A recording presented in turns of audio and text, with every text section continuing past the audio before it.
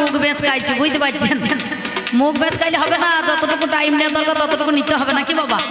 কারণ কলিযুগের মানুষ খুব ধৈর্য কম, জানেন তো কেন বলুন তো? এদের জনিগত মন আর অন্নগত প্রাণ। জীব জগৎ এলো চামড়া ফেঁসে, আর বড় হলো চামড়া চুষে, আর জগৎটাই মরে চামড়া ঘষে ঘষে, বুঝতে পারছেন? কেন বলুন দেখিনি? এই কলিযুগের মানুষের খুব পরমায়ু কম। 4,32,000 বছর আমাদের কলিযুগের বয়স, আর মানুষের বয়স কত? 40 থেকে 50, 60। এই দেখুন আমার তুফানদা যখন এই প্রথম আসরে গান করছিলেন, আমি একটুখানি উঠে গেলাম। আমার একটা মামা, বেশি বয়স নয়, 47-48 বছর বয়স হবে, এখনই হার্ট অ্যাটাকে মরিয়েছে, বুঝতে পারছেন? তো আমাকে ফোন করলো। এবার তো আমার কিছু উপায় নাই, কারণ আমি এই মুহূর্তে ছেড়ে চলে যেতে পারছি না। এটা যদি অন্য কিছু কাজ হতো তাহলে নয় চলে যেতাম, তাই না? সেই জন্য আমি মনে মনে ভেবেছিলাম, তাই তো আনকোনাতে বহুদিন পরে যেছি। দাদা বলছে না নতুন, আমি নতুন নই। আমি নবকুমার দেবনাথের সঙ্গে এখানে এসেছিলাম দাসপাড়ায় গান করতে বহুত দিন আগে। আর এই এলাকাতে আমি আপনাদেরকে এই আসরে হয়তো নতুন, কিন্তু আমি এখানে নতুন নই, আমি পুরনো অনেক দিনকার লোক। হ্যাঁ, বুঝতে পারছেন? নবকুমার দেবনাথ যেটা মশাই স্বর্গীয়, তিনি আমাকে নিয়ে এসেছিলেন। তো আমি গান করেছি আনখোনা, চারটা, তারপরে মৌরি, এদিকে অনেক গান আমি করি। তো এমন সময় এবার ধরুন, যার জন্যে সেটা তো বড় কথা নয়, কারণ বিষয়ের মধ্যে এখানে দাঁড়িয়ে আজকে আমার যিনি পাল্লাদার, মাননীয়, বরণীয়, পূজনীয় তুফান বিশ্বাস মহাশয়কে কৃষ্ণ ধন দিয়েছেন, নাকি বলছেন? বলে রে, বলছে ধনে ধনে লড়াই হবে গো,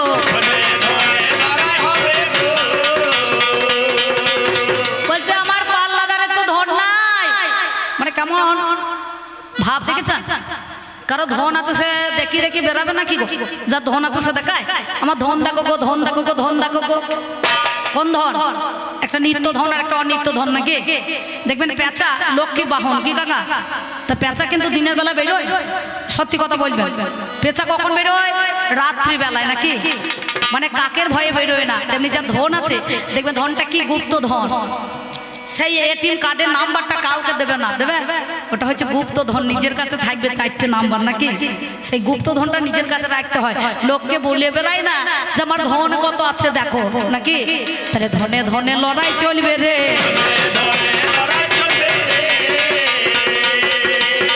আমি শুনলাম এ কথাই আজ আসরের মাঝে।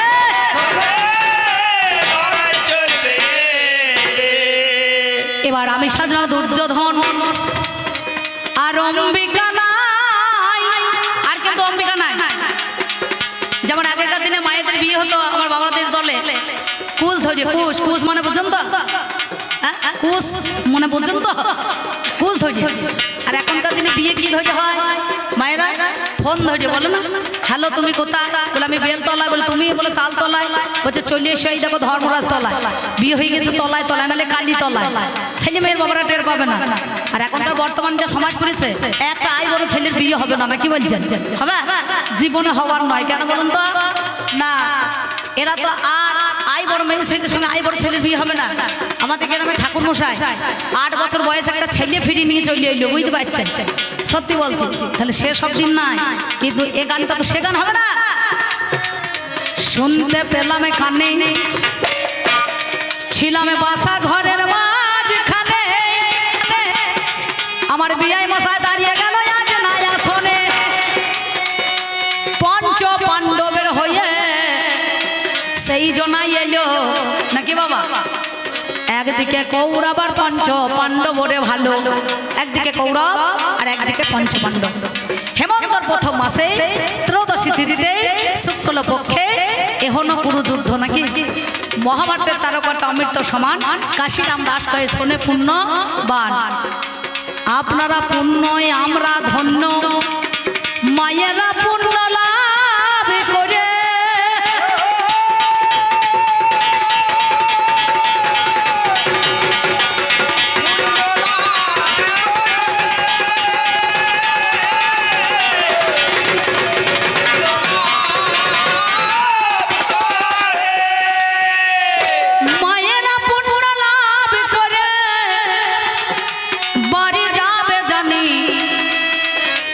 আমাদের দুইজনাতে হবে আলোচনা শুনি, নাকি?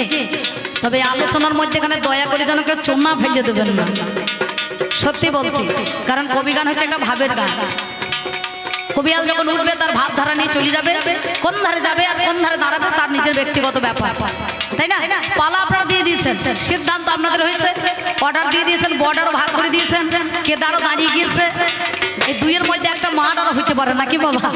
আর কোনো মার্ডার হইলে কোনো পুলিশ আর প্রশাসন আসবে না, আসবে?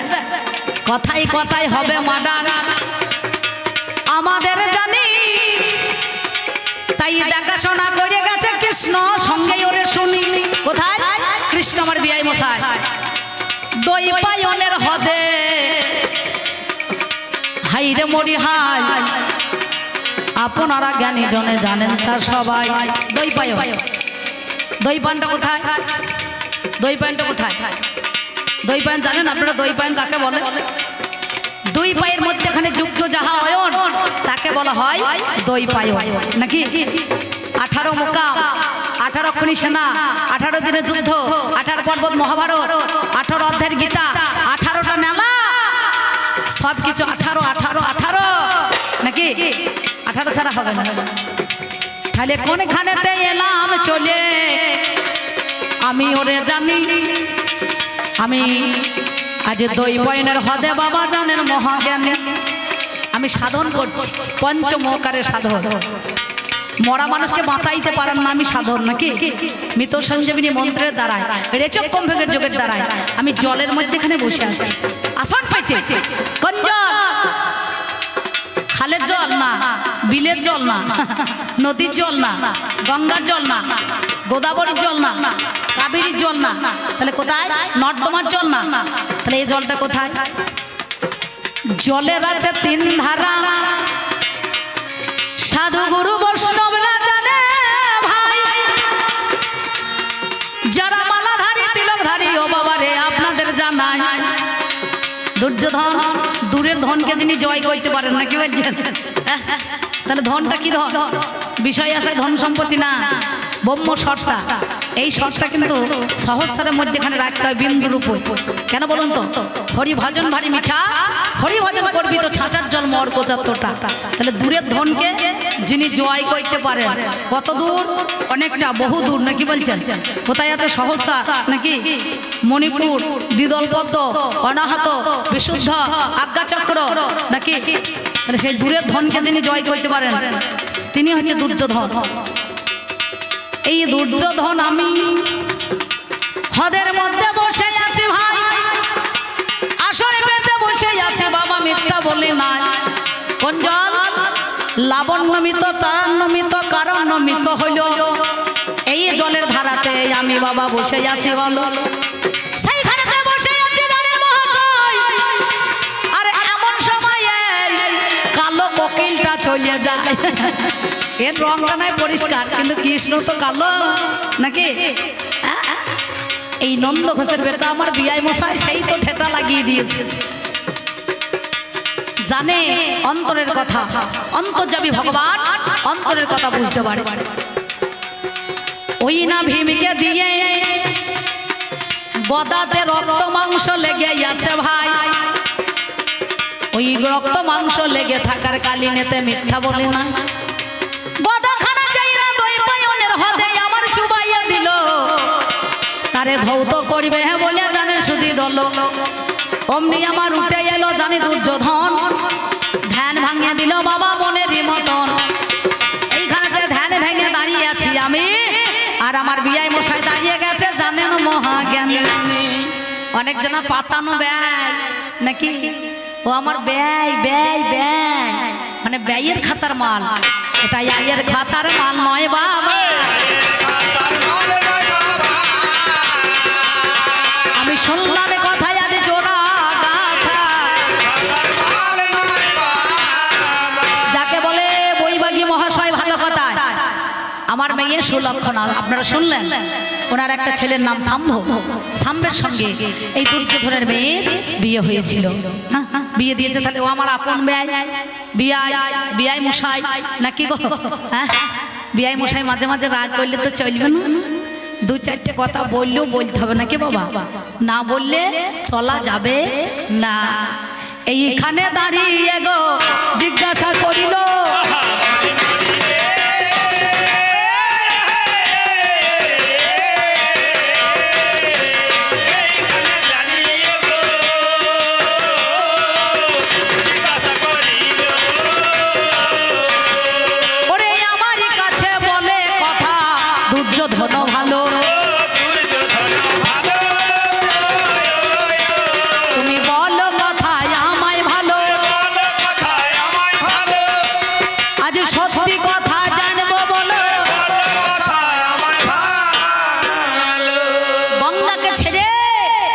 যমুনা নদীতে হতে তুমি কেন বলো চলে এলে,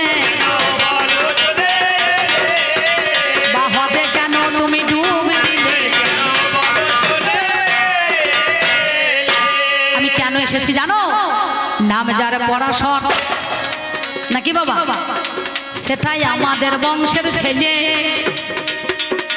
শক্তির পুত্র পরাশর গো, জানাই কথা বলে।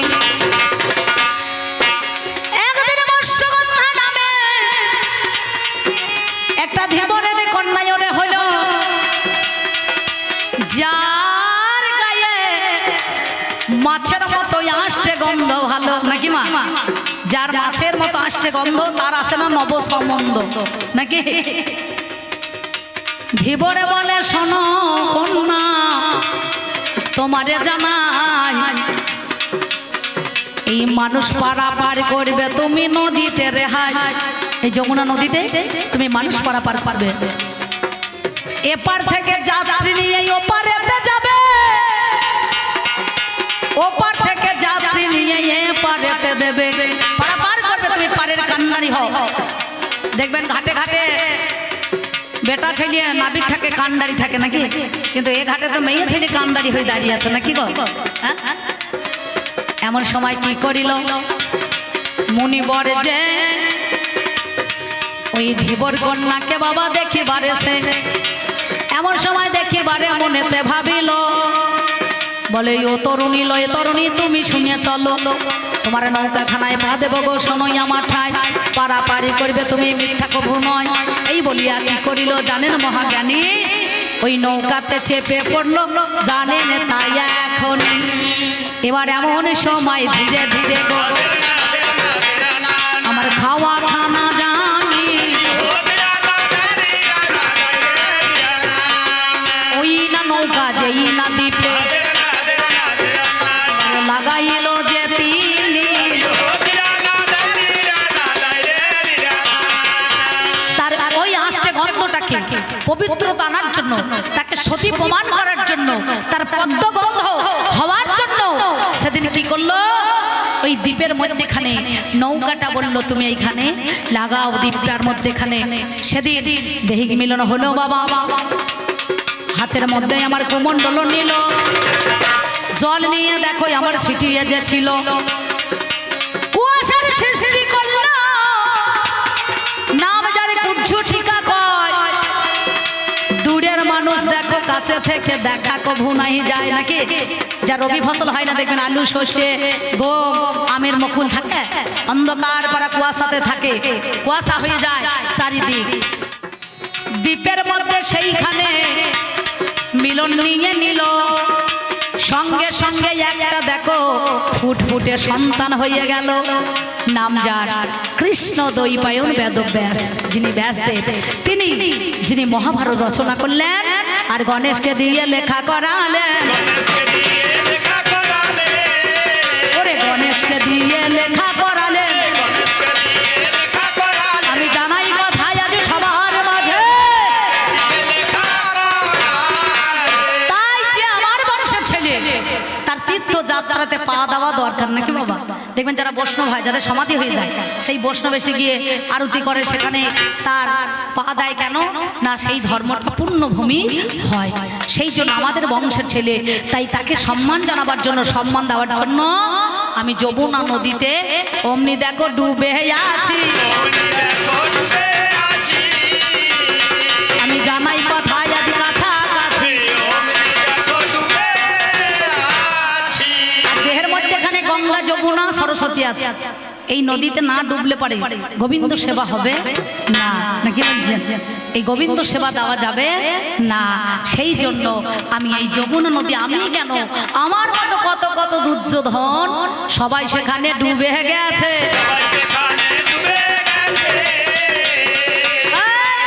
যে সাঁতার জানে সে পেরিয়ে এসেছে উঠেছে, যে সাঁতার জানে না সে মনে করুন ফতা ডোবা করে মরে পড়েছে।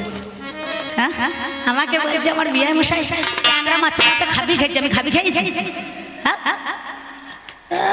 তোমার মতো নাকি সুন্দরভাবে তুমি রাগ করো না, আমায় ভুল বুঝো না।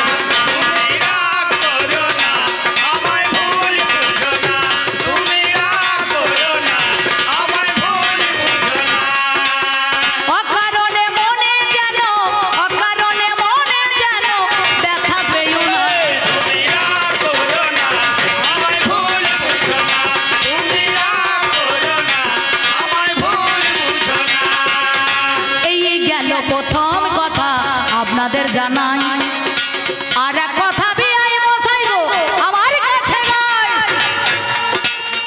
বলে তুমি রাজা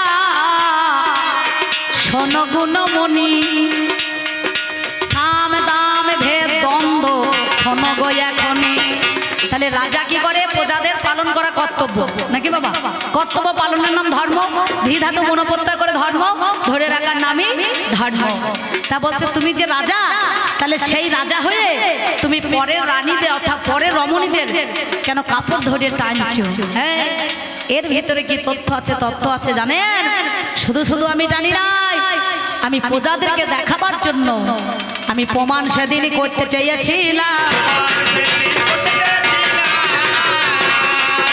যাতে দ্রৌপদীকে না ভুল বোঝে।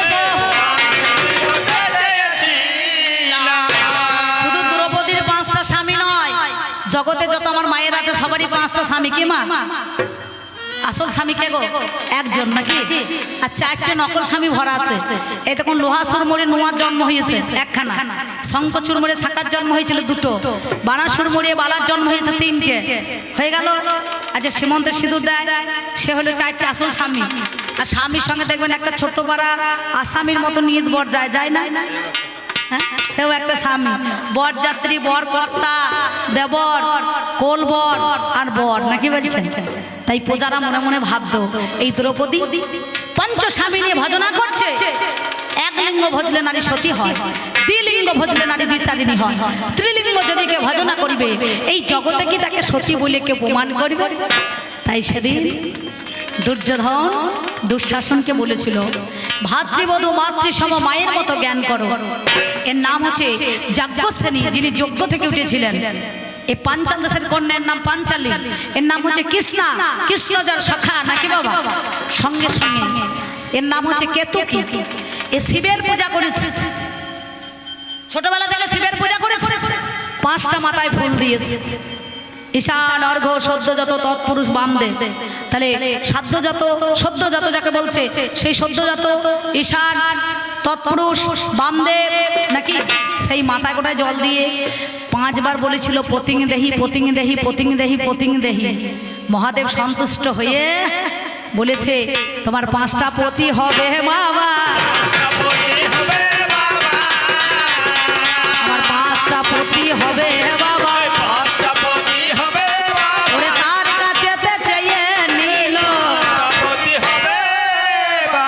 দেবরাজেন্দ্র 5 ভাগে তিনি ভাগ হয়েছিলেন। এই দেবরাজেন্দ্র যুধিষ্ঠির, নকুল, ভীম, অর্জুন, সহদেব নাকি বলছেন? আর প্রজাদেরকে দেখাবার জন্য সেদিন বলল ভাতৃবধূ মাতৃসম মায়ের মতো জ্ঞান করো, কে স্পর্শ করে নিয়ে আসবি। মায়েদের সন্তান দেখবেন কোলে মাতৃ সুধা স্তন পান করে, আর সে ছেলে চুলের মুঠি ধরে টানাটানি করে, করে না মা? করে না? কিন্তু মা তো তাকে অভিশাপ দেয় না, তাকে আশীর্বাদই করে নাকি বলছেন? আর যে ছেলে কাঁদে সে ছেলে দেখবেন কোল পায়। তাহলে প্রজাদেরকে তাদেরকে দেখাবার জন্য দ্রৌপদী কোন জনা, কে সে? কোন রমণী যার রজস্বলা নয় এই জগতের মধ্যেখানে, তাকেই তো দেখিয়েছিল এ সাধারণ নারী নয়, এই সাধারণ ভাজ্যা নয়, সাধারণ রমণী নয়, সেই নাম যার যাজ্ঞসেনী। এই প্রজাদেরকে দেখাবার জন্য তারে বাবা আনা হলো। আমি জানাই কথায় আজ শুধু দল, এই গেল মোর তোমার কথা, এই গেল মোর তোমার কথা। আমি আর এক কথা কই, আমি আর এক কথা কই,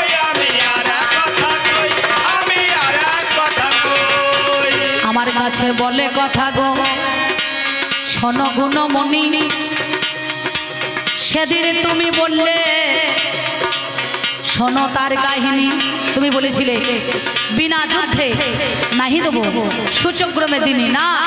আমি বলেছিলাম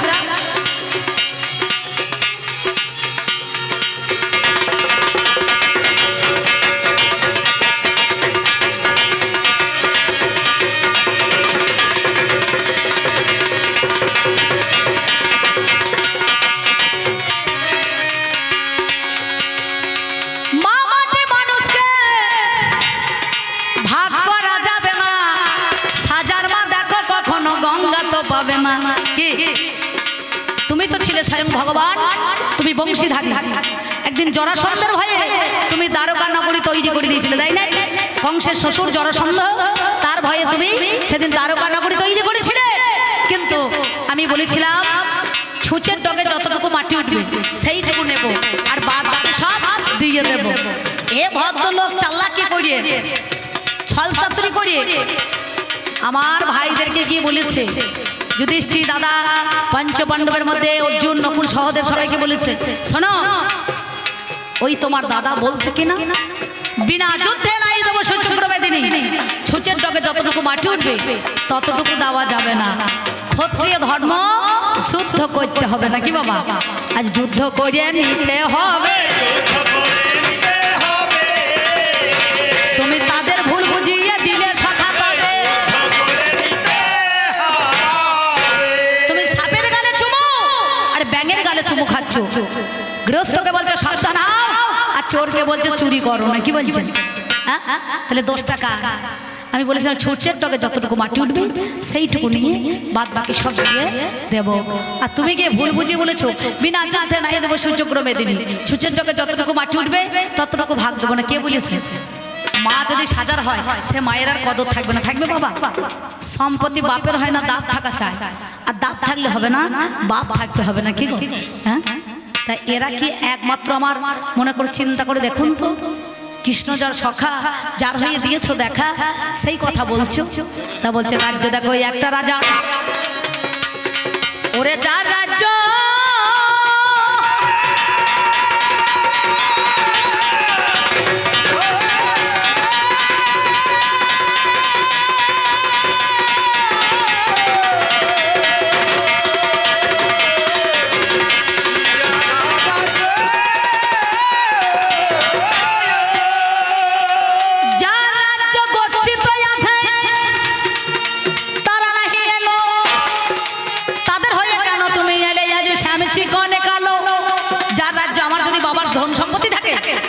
আমি তো একবার রেকর্ড দলিল পর্চা নিয়ে গিয়েই তো মনে কর বিয়ার অফিসে চলে যাবো নাকি গো? তাহলে বার করবো। আর যদি পরের ধন যদি নিতে যায় তাহলে কিন্তু হবে না দাদা, নাকি? তাহলে যার ধন সে নাই সে কেন তোমারে পাঠাইলো, নামে যার ধর্ম রে হলো, এই ধর্মকে দেখো পাঠিয়ে দিল বলো। ওরে যার জন্য দেখো আজ বিচার করা চাই, বলে একটুখানি দলিল পর্চা চাই মহাশয়। ওরে তবেই তো দেখো ভাগ দেওয়া হবে। আমি জানাই কথা আজ আপনাদের, এই গেল মোর 3টে কথা। আমায় আর এক কথা কয়, আমায় আর এক কথা কয়,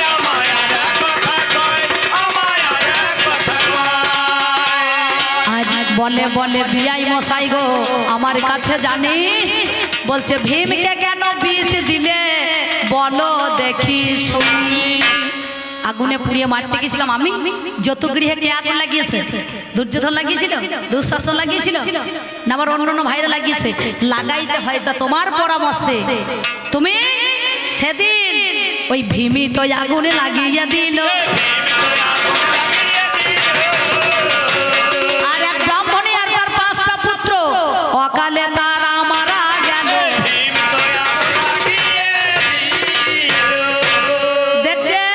দেখবেন এর সঙ্গে যদি কারো শত্রু থাকে আর কারোর সঙ্গে মিত্রতা হয়, তখন এর হাত দিয়ে একে কিভাবে দোষী সাব্যস্ত করার জন্য তাকে কি করে না, তার একটা পরামর্শ নেয়। তাই দেখছে এই বোঝাটা তো দুর্যোধনের উপরে চলে যাবে, আর ওর রাজ্যে যদি কোনো চুরি হয়ে যায় তা মনে করুন বা কেউ যদি পুড়ে মরে তাহলে রাজার দোষ হবে না। কি বলছেন যে এই রাজা এই দেশে সুরক্ষিত প্রজাদের রাখতে পারছে না, চালাকি করে তোমার ছলচাতুরি করে সেদিন তোমারই কথায় ওই পঞ্চপাণ্ডবের ভাই একটা আমার ভীম সেদিন যতুগৃহে আগুন সেই দেখো লাগিয়ে দিল, আর বিনা দোষে ব্রাহ্মণের ছেলে মারা গেল।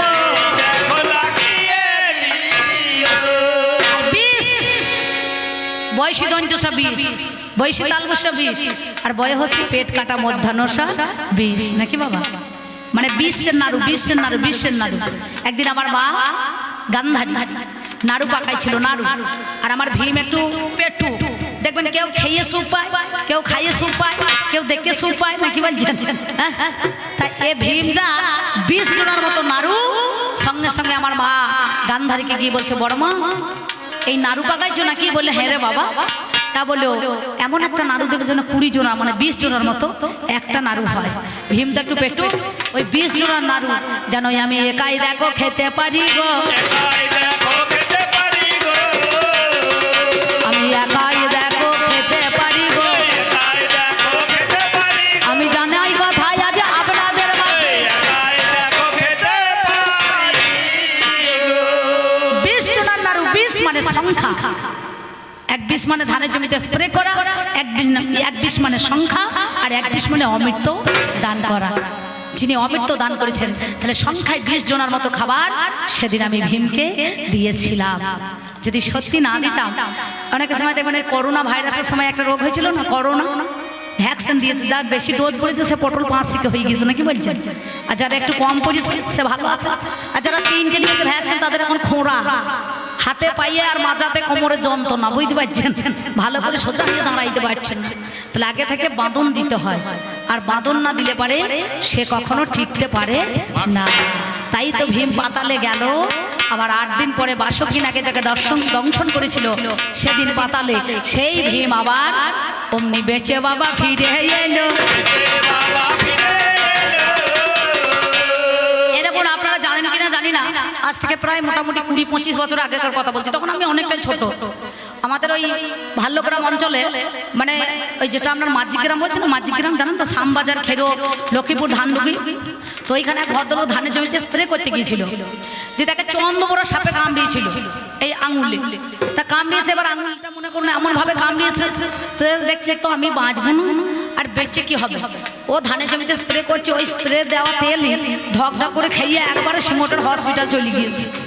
তা গিয়ে দেখছে সর্বনাশ, তখন ডাক্তারবাবু দেখছে হাত ধরে, এত আর বিষ কিছুই নাই, বলে যা খেয়েছো বিষক্ষয় হয়ে গিয়েছে, তুমি এবার বাড়ি ফিরে যাও গো।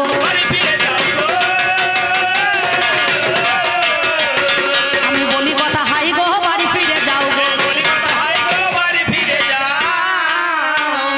সেই জন্যই আগে থেকে বাঁধো দিলাম বিআই মশাই, আমি নিজের সুখে দা ভাইকে কি মারতে পারি শুনি, তাই আপনার যাহা কথা ছিল বলা আমার বলা গেল।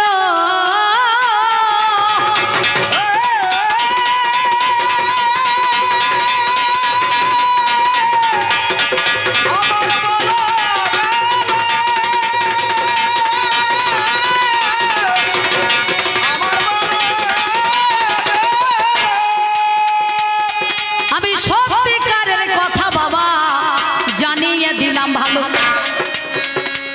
যেমন পাশা খেলাতে কৃষ্ণ তো সব সময়তেই পঞ্চপাণ্ডবদের পরামর্শ দিয়েছিল নাকি বাবা, 18 দিনের যুদ্ধে সবসময় পরামর্শ দিয়েছি যে অর্জুনের রথে সারথি হয়েছে, তা তোমাকে সব জায়গায় নিমন্ত্রণ দিল, আহ্বান করলো। যেদিন পাশা খেলা হয়েছিল সেদিন কিন্তু এই পঞ্চপাণ্ডবরা ওনাকে বাদ দিয়েছিল নাকি বলছেন, হ্যাঁ, তাহলে যে প্রথম থেকে থাকবে সে সব জায়গাতেই থাকবে। কিন্তু আমি যখন পাশা খেলতে পারলাম না, আমার মামা নাম যার শকুনি, আমি শকুনিকে বললাম আমার মামা, শকুনি যে হলো এই শকুনি তো পাশা বাবা খেলবে ওরে বলো, কিন্তু আমার হয়ে দেখো যে মামা ওরে জানি সেদিন পাশা খেলেছিল জানেন মহাজ্ঞানী। তাই বলি শুনুন কথা, শুনুন আমার ভাই বিআই মশাই সব জায়গায় পরামর্শ দিল, কিন্তু এই পাশা খেলায় কেন বাদ দিল বলুন তো আমার। কোনো কি দোষ ছিল না কোনো কাজ ছিল না কোনো ব্যক্তিগত দরকার ছিল, যার জন্য সেদিন পঞ্চ পাণ্ডবরা ওইখানেতে বাদ দিল। আমি জানবো কথায় আজকে ভালো, আমি যদি প্রজাদের সুরক্ষিত না রাখলাম, যিনি কর্ণ, যার মাতার নাম রাধা, অধীরথের পুত্র, যত যত বীর ছিল, যোদ্ধা ছিল, সবাই মিলে তাকে অপমান করেছিল। সেদিন আমি দুর্যোধন তাকে বন্ধুত্বে নিয়ে আলিঙ্গন করে জড়িয়ে ধরে আমার অর্ধেকটা রাজ্য তাকে দিয়েছিলাম। কোন রাজ্যটা? অঙ্গ রাজ্যটাকে দান করেছিলাম। অঙ্গ রাজ্যের রাজা আমি তাকে বানিয়ে দিলাম,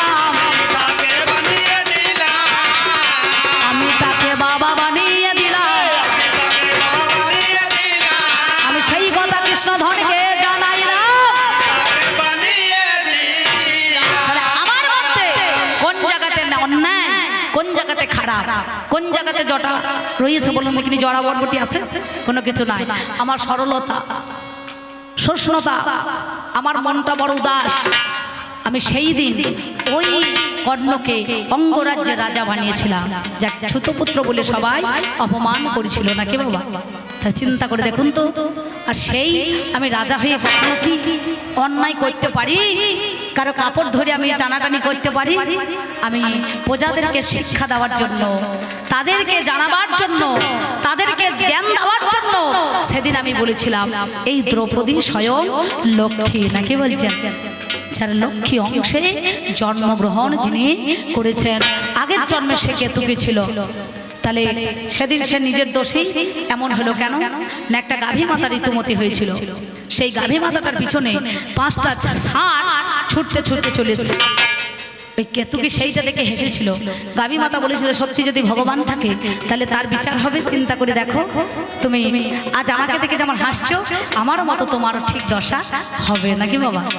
তাহলে চিন্তা করে একবার ভেবে দেখো বিয়াই মশাই, এখানে আমার কোনো দোষ আছে? জগৎকে দেখাবার জন্য, শিক্ষা দেওয়ার জন্য আমি সেই দিন এইটুকু তুলে ধরেছি। আমি কাছাকাছি কথায় আজ জানাইছি, এই ছিল মোর তোমার কথা, এই ছিল মোর তোমার কথা।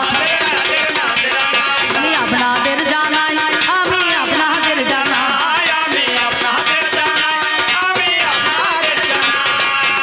এইবার আমি জানবো কথা বলো দেখি মোরে। আমার বিয়াই মশাই এসেছে পঞ্চ পাণ্ডবের ঘরে। হ্যাঁ বাবা, আমি যদি 30 টাকা দিয়ে কি 35 টাকা দিয়ে এটা 5 লটারি কেটে যদি 1,51,00,000 টাকা পেয়ে যায়, কি দরকার আমার রাত জেগে জেগে গান করতে আসা নাকি বলছে? সেই টাকাটা ব্যাংকে ভরে দেবো, মাসে যা সুদ পাবো, সুদের টাকাতে বসে বসে আরাম করে খাবো নাকি দাদা? কিন্তু এখনো ভগবানকে পেয়েছে। তুমি বলছো আমার ধন্য ধন্য লড়াই চলছে, মায়া, যার জন্য শিব নিয়েছিল আদ্যা শক্তি মহামায়া কে, আর জীবকে দিলে তুমি মায়া, আর কৃষ্ণ নিল যোগ মায়া। তাহলে যে মায়াকে তুমি ত্যাগ করলে, সেই মায়াতে আবার পঞ্চ পাণ্ডবদেরকে কেন আবদ্ধ অগ্নি করে দিলে? যারা তোমার মতো গোবিন্দকে পেয়ে, যারা চরণ পেয়ে, যোগী ঋষি ধ্যানে যারা পায় না, সাধুগুরু বৈষ্ণব যারা পায় না, কঠোর তপস্যা করতে হয় যাদের, সেই বস্তুকে পাওয়ার জন্য কোটি বাঞ্ছা করে জীব যদি নাম সংকীর্তন, তথাপিও না মেলে বোঝের বোজেন্দ্র নন্দন। তাহলে এহনো ধন তোমাকে পাওয়ার পর সেই পঞ্চ পাণ্ডব আবার তোমাকে তাচ্ছিল্য করে, তুচ্ছ করে, তোমাকে ত্যাগ করে তারা আবার এই বিষয় বাসনার মধ্যেখানে মায়াতে আবদ্ধ হলো কেন? এটা তোমার কেমন বিচার? তুমি বলো কথা আজ সমাচার।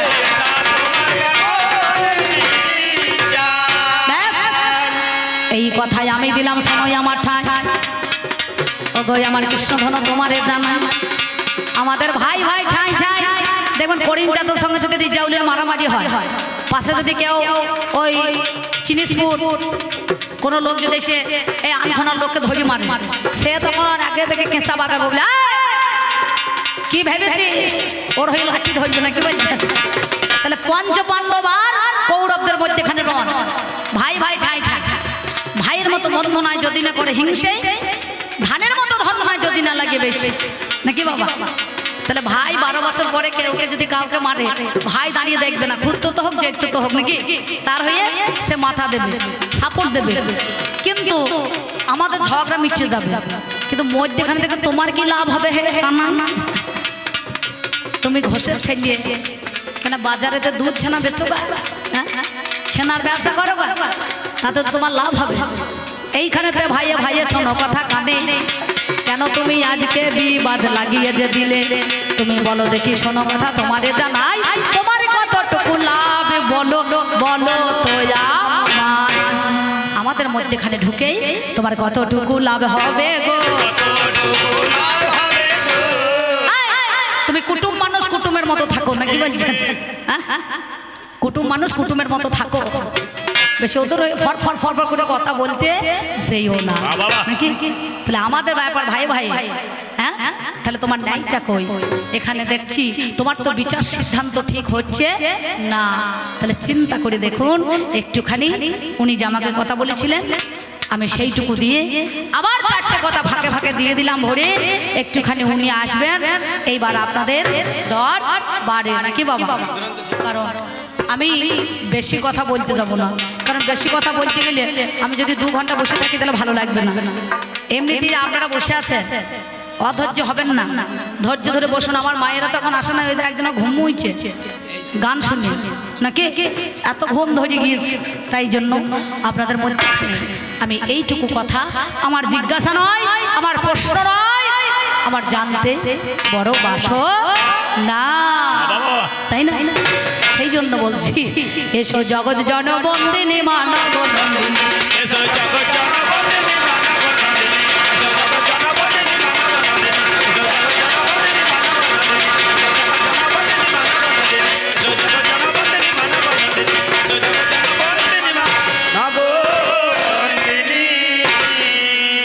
এই যাওয়ার সময় কি বলবো জানেন? আমার ঘরে জন্মেছে দুরন্ত ছেলে, আমার ঘরে জন্মেছে এক দুরন্ত ছেলে, আমার ঘরে জন্মেছে এক দুরন্ত ছেলে, আমার ঘরে জন্মেছে এক দুরন্ত ছেলে। ছেলে সবাইকে কয় মনের কথা, ওরে সবাইকে কয় মনের কথা, ওই দেখ আমায় কয় না প্রাণ খুলে। আমার ঘরে জন্মেছে এক দুরন্ত ছেলে, আমার ঘরে জন্মেছে এক দুরন্ত ছেলে, আমার ঘরে জন্মেছে এক দুরন্ত ছেলে। ছেলে সদাই করে সুখাতের উল্লাস, খোদাই করে উপবাস, গরমকালে আগুন খোঁজে শীতে লয় বাতাস, আর গরমকালে আগুন খোঁজে শীতে লয় বাতাস।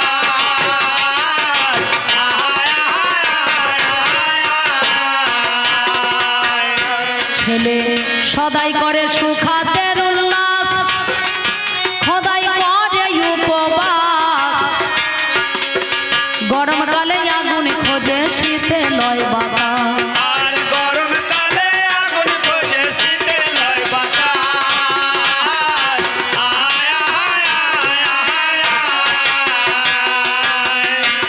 ওই দেখ আকাশ ভরে থাকতো প্রকাশ, ওরে আকাশ ভরে থাকতো প্রকাশ, সেখানে ডুবে মরে চলিলে। আমার ঘরে জন্মেছে এক দুরন্ত ছেলে, আমার ঘরে জন্মেছে এক দুরন্ত ছেলে, আমার ঘরে জন্মেছে এক দুরন্ত ছেলে, আমার ঘরে জন্মেছে এক দুরন্ত ছেলে। রসিক বলে বড়